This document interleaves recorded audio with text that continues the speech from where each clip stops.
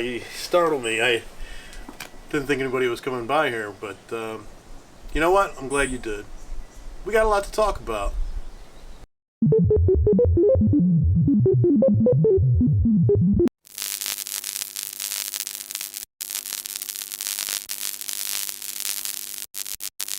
I was a teenage dropout!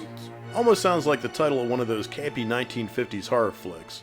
And in a way, dropping out of school can turn a person's life into something resembling one. That is, if you find the thought of working long hours at low-paying, labor-intensive dead-end jobs to be a frightening premise.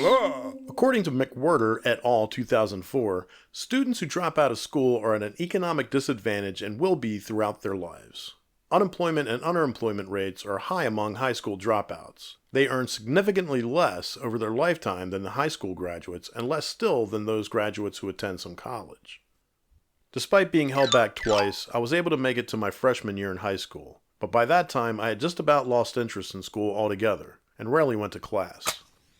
After several months of playing hooky, it was on one of those rare occasions that I was actually in school that I ran into the school guidance counselor in the hallway. We had a brief conversation about my poor attendance, which he concluded by saying something to the effect that I might as well quit since I rarely came to school anyway. This was obviously some very bad advice, regardless of my poor attendance and recalcitrant attitude towards authority. But in my young, naive mind, I actually thought that he was doing me a favor. Today, most high schools have specialists who watch over the academic careers of the students. School counseling, still grossly understaffed in most of our communities, is the best antidote to underachievement, the strongest deterrent to dropouts.